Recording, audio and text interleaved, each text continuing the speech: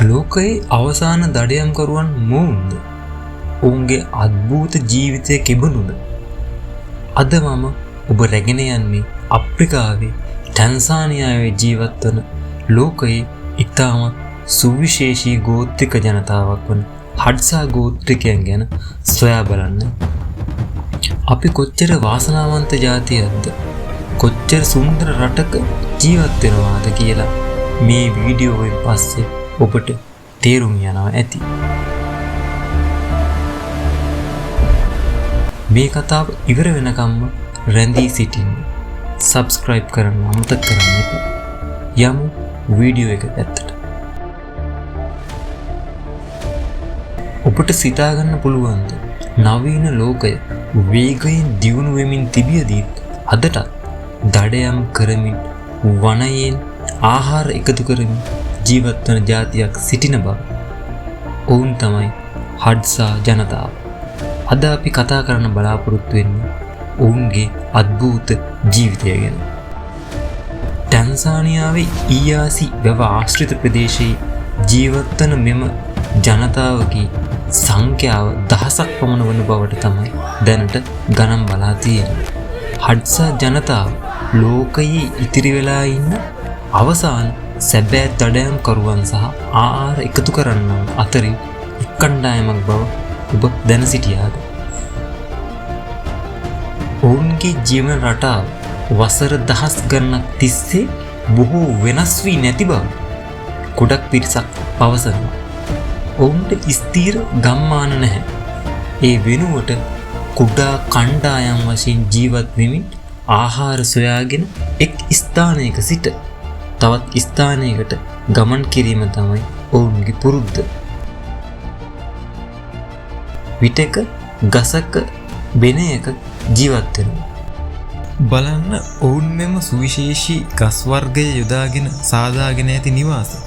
එය කොතරම් ආරක්ෂිතද, කොතරම් ප්‍රියජනකද කියලා. විශාල ගසක් තෝරාගෙන එම ගස ජීවත් වීම සුදුසු ආකාරයට ඔවුන් සකස් කරගන්නවා. මෙම ගස තුල සාදාගත් බෙනය ඔවුන්ගේ රාත්‍රී කාලය ගත කිරීමට ඔවුන් යොදා ගන්නවා. බලන්න මෙම ගසින් සාදාගත් නිවාසය කොතරම් ආරක්ෂිත ස්ථානයක්ද කියලා. තවත් වෙලාවකට කුඩා පැලක් අටවගෙන ඔවුන් ජීවත් වෙනවා.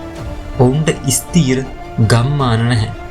ඒ වෙනුවට කුඩා කණ්ඩායම් වශයෙන් ජීවත් වෙමින් ආහාර සොයාගෙන එක් ස්ථානයක ඉඳලා තවත් ස්ථානයකට ඔවුන් ගමන් කරනවා. පිරිමි සමාජිකයන් බොහෝ වෙලාවට දඩයම් කිරීමේ කාර්යවල නිරත වෙනවා. ඔවුන් දුනු සහ ඊතල භාවිතා කරලා විවිධ ප්‍රමාණයේ සත්තු දඩයම් කරනවා. පක්ෂීන්, වඳුරන්, මුව වර්ග සහ වෙනත් ඕනෑම සතෙකු ඔවුන්ගේ ඉලක්කය වෙනවා.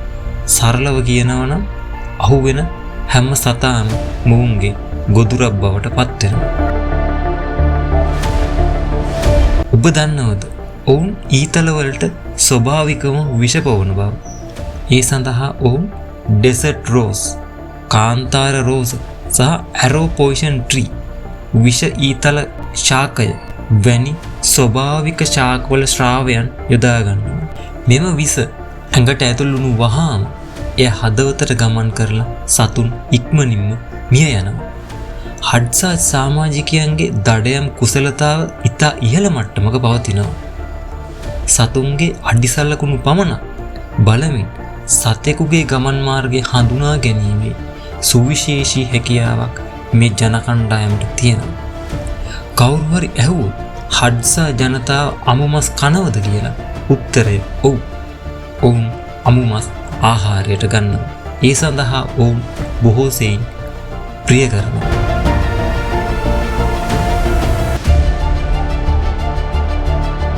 හඩ්සා ජනතාව දඩයම් කළ සතුන් මස් බොහෝ විට ගින්නෙන් පිහලා ගින්නෙන් පුළුස්සල තමයි ආහාරයට ගන්නේ.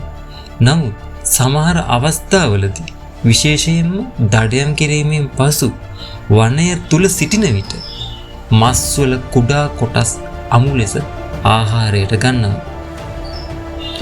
ඒ වගේම සතෙකුගේ අක්මාව, හෘදය වැනි අවයව දඩයම් කළ ස්ථානයේදීම ආහාරයට ගන්නා අවස්ථා බොහෝ සෙයින් තියෙනවා.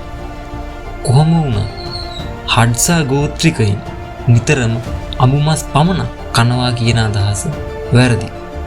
ඔවුන් ගින්න භාවිතා කරමින් මස් පිලිස්සීම වගේම පිලිස්සු මස් ආහාරයට ගන්නවා. ඔබ දන්නවද ඔවුන් දවසකට කොච්චර ඇවිදිනවද කියලා? හඩ්සා ජනතාවගේ ජීවිතයේ විශාල කොටසක් ගත වෙන්නේ ආහාර හොයන්න. එහෙම කිව්වොත් ඔබ පුදුම වේවි. පිරිමි දඩයම් කරුවන් දිනකට කිලෝමීටර් 10 ඉඳන් 20 දක්වා සමහර දිනවල ඊටත් වඩා වැඩි දුරක් ඇවිදිනවා. කාන්තාවන්ද පළතුරු, අල වර්ග සහ වෙනත් ආහාර එකතු කරන්න කිලෝමීටර් කිහිපයක් දිනකට ගමන් කරනවා. මේ නිසා ඔවුන් ලෝකයේ වඩාත් ක්‍රියාශීලීම ජන කණ්ඩායම් අතරින් එකක් ලෙස සැලකෙනවා. හඩ්සා කාන්තාවන් සහ දරුවන් පළතුරු, අල වර්ග, බීජ සහ මීපැණි සොයා ඒවා එකතු කරනවා. විශේෂයෙන්ම මීපැණි ඔවුන්ගේ ප්‍රියතම ආහාර අතරින් එකක්.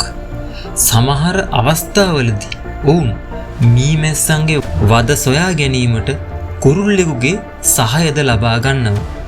මේ කුරුල්ලා හඳුන්වන්නේ හනි ගයිඩ් බර්ඩ් කිය. කුරුල්ලා මිනිසුන්ව මී වදය වෙත ගෙන යන අතර මිනිස්සු මීපැණි ලබා ගත්තයින් පස්සේ ඉතිරි වන මීමැස්සන්ගේ කොටස් කුරුල්ලාට ආහාර ලෙස ලැබෙනවා. කොච්චර සතුන් දඩයම් කරා හඩ්සා ගෝත්‍රිකයන් මෙම කුරුල්ලා දඩයම් කරන්නේ නැහැ. හරි පුදුමයි නේද? මේ ස්වභාව ධර්මයේ දැකිය හැකි අපූර්ව සහයෝගීතාවයක්. මොවුන්ගේ භාෂාව හරි සුවිශේෂී භාෂාවක්. ඔවුන්ගේ භාෂාවේ ටක් ටක් හඬ භාවිතා වෙන වාර ගණන ඉතාමත් වැඩි. Oya sana takale ta kwabe ta ino o ta ko ko ale hamon ta bo kalimu masalate ne eko ta seme o ko po ale boy ashu ujiko kwam ko ඔවුන්ගේ නම් ඒ වගේම හරිම අමුතුයි. ඒ වගේම හරිම දිගයි. මෙවැනි ශබ්ද අපට අසා පුරුදු නැති වුණා. ඔවුන්ගේ දෛනික සංවාදවල මේක සාමාන්‍ය අංගයක්. විද්‍යාඥයන්ට අනුව හඩ්සා භාෂාව ලෝකයේ පැරණිතම භාෂා කණ්ඩායම් සමග සම්බන්ධ විය හැකි බවට සැක කරනවා. තවත් සිත්ගන්නා සුළු කරුණක් වන්නේ ඔවුන්ගේ සමාජ ව්‍යුහය. හඩ්සා ජනතාව අතර විශාල නායකයන් හෝ රජවරුන් නැහැ. ඔවුන් බොහෝ වෙලාවට සමානාත්මතාවය මත තමයි ජීවත් වෙන්නේ. ආහාර බෙදා ගැනීම ඔවුන්ගේ සංස්කෘතියේ ප්‍රධානම කොටසක්. දඩයම් කළ සතෙකු එක් පුද්ගලයෙක් විතරක් ආහාරයට ගන්නෙ නැහැ. එක් පුද්ගලයෙකුට විතරක් එය අයිති නැහැ. කණ්ඩායමේ සමාජිකයන් අතර බෙදාගෙන සාමූහික ආහාර ගැනීම මෙම ජන කණ්ඩායමේ තියෙන විශේෂත්වය. මේ නිසා කණ්ඩායමේ සෑම දිනකටම ජීවත් වීමට අවශ්‍ය ආහාර ලැබෙනවා. නමුත් නවීන ලෝකයේ බලපෑම් හඩ්සා ජනතාවටද එල්ල වෙලා තියෙනවා. ඒ වගේම ඔවුන්ගේ පැරණි ජීවන රටාව පවත්වාගෙන යෑමට මෙය අභියෝගයක් වෙලා තියෙනවා. කොහොම වුණත් අදටත් බොහෝ හඩ්සා පවුල් තමන්ගේ පුරාණ සම්ප්‍රදායන් ආරක්ෂා කරමින් ජීවත් වෙනවා. ටිකක් හිතන්න. ඔවුන් අපට මතක් කර දෙන්නේ අපේ මුල් මිනිසාගේ ජීවන රටාව කෙබඳු වූවාද යන්න නොවේද? වසර දහස් ගණනකට පෙර අපේ මුතුන් මිත්තන්ද මෙවැනිම ආකාරයෙන් දඩයම් කරමින් අමු මස් කමින් ආහාර එකතු කරමින් තනින් තැන ගොස් වාසස්ථාන හදමින් ස්වභාව ධර්මයන් සමග එකට ජීවත් වෙන්නට ඇති නේද? හඩ්සා ජනතාවගේ කතාව කියන්නේ ගෝත්‍රික ජනතාවක් පිළිබඳ කතාවක් විතරක්ම නෙවෙයි. එය මිනිසාගේ ඉතිහාසය, සංස්කෘතිය සහ ස්වභාව ධර්මය අතර ඇති ගැඹුරු සහසම්බන්ධතාවය පිළිබඳ කෙරෙන කතාවක්. ඔවුන්ගේ ආයු කාලය කොපමණද? පොඩ්ඩක් බලමු ඒ ගැන. හඩ්සා ජනතාවගේ සාමාන්‍ය ආයු අපේක්ෂාව නවීන රටවල ජනතාවට වඩා බොහොම අඩුයි. එයට ප්‍රධාන හේතුව වෙන්නේ ළමා මරණ, රෝග සහ වෛද්‍ය පහසුකම් වල තියෙන හිඟකම. නමුත් වැදගත් කරුණක් වෙන්නේ වැඩිහිටි වියට ළඟා වන හඩ්සා පුද්ගලයන් බොහෝ දෙනෙක් අවුරුදු 60 හෝ 70 හෝ ඊට වඩා වැඩි වයසක් දක්වා ජීවත් වෙනවා. ඔවුන් අතර ස්ථූලතාවය, දියවැඩියාව හෝ මොනෝහරි විදිහේ හෘද රෝග වගේ නවීන ජීවන රටාවට සම්බන්ධ රෝග ඉතාමත් අඩුවෙන් තමයි දක්නට තියෙන්නේ. බොහෝ පිරිසක් විශ්වාස කරන්නේ ඔවුන්ගේ ස්වභාවික ආහාර රටාව සහ ඉහළ ශාරීරික ක්‍රියාකාරකම් ඒකට හේතුවක් විය හැකි බවයි. හඩ්සා ජනතාව ගැන, මෙම හඩ්සා ගෝත්‍රිකයන් ගැන ඔබ නොදැන සිටි තවත් කරුණක් තියෙනවා. මොවුන් කවදාවත් ඔරලෝසු, දිනදර්ශන වගේ කිසිම දෙයක් නැහැ. සකස් කළ ආහාර අපි කඩෙන් ගිහින් ගන්නවා වගේ ඔවුන් ආහාරයට ගන්නේ බොහොම කලාතුරකින්. ඒව ඔවුන් පරිහරණය කරන විදිහත් ඔවුන් හරි පුදුම සහගතයි. බඩගිනි වෙච්ච වෙලාවට ආහාර හොයනවා. අඳුරු වෙන වෙලාවට විවේක ගන්නවා. මෙම සරල ජීවන රටාව නිසා ලොව පුරා විද්‍යාඥයන් ඔවුන් පිළිබඳව විශාල උනන්දුවක් දක්වනවා.